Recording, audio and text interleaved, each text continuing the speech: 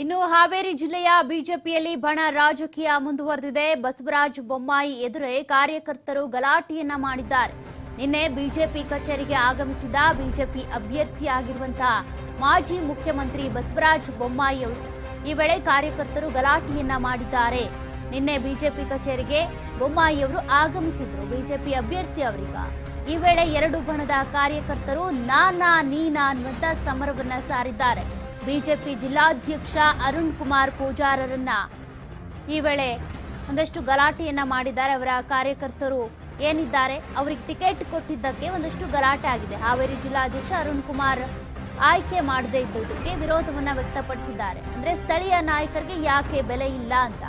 BJP ಕಾರ್ಯಕರ್ತರ ಗಲಾಟೆ ಹಾವೇರಿ ನಗರದ ಐಬಿಗೆ ಈಗ ಶಿಫ್ಟ್ ಆಗಿದೆ. ಅಲ್ಲೂ ಕೂಡ ಗಲಾಟೆಯನ್ನ ಮುಂದುವರಿಸಿದ್ದಾರೆ. ಅಚ್ಚರಿಯ ಅಭ್ಯರ್ಥಿ ಅಂತಾನು ಹೇಳ್ಬೋದು, ಅಥವಾ ಅವರು ಸಿಟ್ಟಿಂಗ್ MLA ಆಗಿದ್ರು ಕೂಡ ಯಾಕೆ ಈ ರೀತಿಯಾಗಿ MP ಟಿಕೆಟ್ ಅನ್ನ ಪಡ್ಕೊಂಡ್ರು ಅನ್ನುವಂಥದ್ದು ಒಂದಷ್ಟು ಅಚ್ಚರಿಯನ್ನೇ ಮೂಡಿಸಿದೆ. ಮಾಜಿ ಮುಖ್ಯಮಂತ್ರಿ ಆಗಿರುವಂಥ ಬಸವರಾಜ ಬೊಮ್ಮಾಯಿ ಅವರಿಗೆ ಟಿಕೆಟ್ ಸಿಕ್ಕಿರೋದು.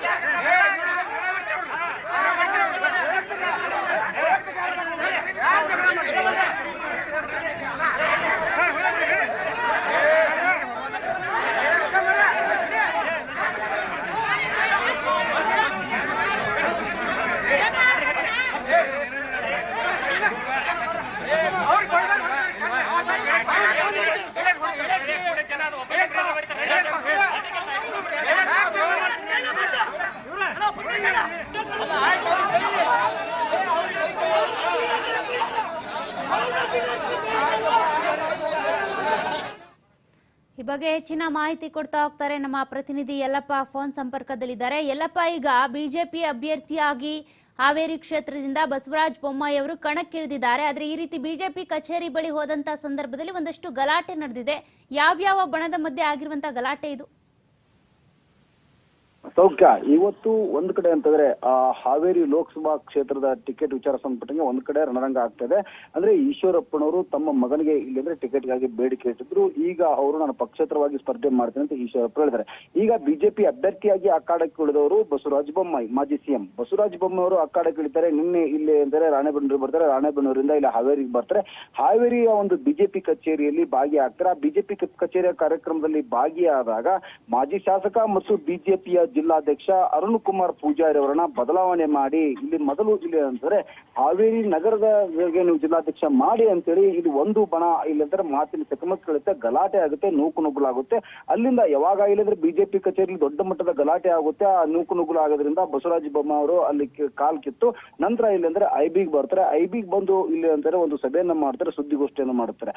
ಆ ಯಾವಾಗ ಬಸವರಾಜ ಬೊಮ್ಮಾಯಿ ಅವರು ಹುಬ್ಬಳ್ಳಿತ ಮುಖ ಮಾಡ್ತಾರೆ, ಹುಬ್ಬಳ್ಳಿತ ಮುಖ ಮಾಡ್ತಾನೆ ಇಲ್ಲಿ ಅಂತಂದ್ರೆ ಏನು ಅರುಣ್ ಕುಮಾರ್ ಪೂಜಾರಿ ಅವರ ಏನು ಬಣ ಇರ್ತದೆ, ರಾಣೆಬೆನ್ನೂರು ಕ್ಷೇತ್ರದ ಜನ ಅಂದ್ರೆ ಅರುಣ್ ಕುಮಾರ್ ಅಭಿಮಾನಿಗಳು ಇರ್ತಾರೆ. ಅವರು ಇಲ್ಲಿ ಅಂತಂದ್ರೆ ಹಾವೇರಿ ನಗರದ ಬಿಜೆಪಿ ಕಾರ್ಯಕರ್ತರ ಜೊತೆ ಇಲ್ಲಿ ಅಂತಾರೆ ವಾಗ್ವಾದಕ್ಕೆ ಇರ್ತಾರೆ, ಮಾತಿನ ಚಕಮಕಿ ಆರಂಭಿಸಿ ಅಲ್ಲಿ ಸಹಿತ ಇಲ್ಲಿ ಅಂತಾರೆ ಜಗಳ ಮಾಡ್ತಾರೆ. ಹೀಗಾಗಿ ಇವತ್ತು ಬಿಜೆಪಿ ಒಡೆದ ಮನೆ ಆಗಿದೆ. ಅದು ಹಾವೇರಿ ಬಿಜೆಪಿ ಅಂದ್ರೆ ಇಲ್ಲಿ ಅಂದ್ರೆ ಭದ್ರಕೋಟೆ. ಅಂತಹ ಭದ್ರಕೋಟೆ ಪರಿಸ್ಥಿತಿ ಯಾವ ಮಟ್ಟಿಗೆ ಅಂದ್ರೆ ಒಂದೇ ಒಂದು ಜಿಲ್ಲಾಧ್ಯಕ್ಷನ ಚುನಾವಣೆ ವಿಷಯ ಸಂಪಟ್ಟಂಗೆ ಇವತ್ತು ಸಾಕಷ್ಟು ರಾದಂತಗಳಾಗ್ತವೆ. ಇದು ನಿನ್ನೆ ಮೊನ್ನೆ ವಿಷಯವಲ್ಲ.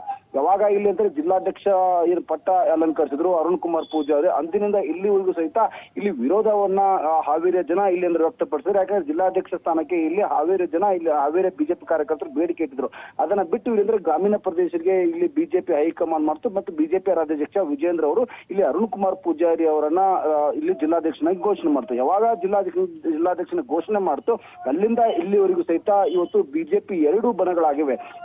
ಒಂದು ಕಡೆ ಅರುಣ್ ಕುಮಾರ್ ಪೂಜಾರಿ ಬಣ, ಇನ್ನೊಂದು ಇಲ್ಲಂದ್ರೆ ಅರುಣ್ ಕುಮಾರ್ ಪೂಜಾರಿ ಅವರ ವಿರೋಧಿ ಬಣ. ಹೀಗಾಗಿ ಎರಡು ಬಣಗಳು ಇಲ್ಲಿ ಸೃಷ್ಟಿಯಾಗಿರೋದ್ರಿಂದ ಪ್ರತಿಯೊಬ್ಬ ನಾಯಕರು ಯಾವಾಗ ಇಲ್ಲಿ ಬಿಜೆಪಿ ಕಚೇರಿ ಬರ್ತಾರೆ, ಆ ಬಿಜೆಪಿ ಕಚೇರಿಗೆ ಬಂದಾಗ ಇಲ್ಲಿ ಅಂತಂದ್ರೆ ವಾಗ್ವಾದ ಮಾತಿನ ಚಕಮಕಿ ಇಳಿದು ಇಲ್ಲಿ ಅಂತಾರೆ ಬಿಸಿ ಮುಟ್ಟಿಸುವಂತ ಕೆಲಸ ಮಾಡ್ತಾರೆ. ಅರುಣ್ ಕುಮಾರ್ ಅವರು ಪೂಜಾರಿ ಅವ್ರನ್ನ ಬದಲಾವಣೆ ಮಾಡಿ ಬೇರೆಯವರಿಗೆ ಜಿಲ್ಲಾಧ್ಯಕ್ಷ ಸ್ಥಾನ ಕೊಡಿ ಅಂತೇಳಿ ಒಂದು ಬೇಡಿಕೆ ಇಡುವ ಮುಖಾಂತರ ಇಲ್ಲಿ ಅಂತಂದ್ರೆ ಒಂದು ಬಿಸಿ ಮುಟ್ಟಿಸುವ ಕೆಲಸ ಮಾಡ್ತಿದ್ದಾರೆ. ಸೌಖ್ಯ. ಥ್ಯಾಂಕ್ ಯು ಯಲ್ಲಪ್ಪ ನಿಮ್ಮೆಲ್ಲ ಮಾಹಿತಿಗೆ.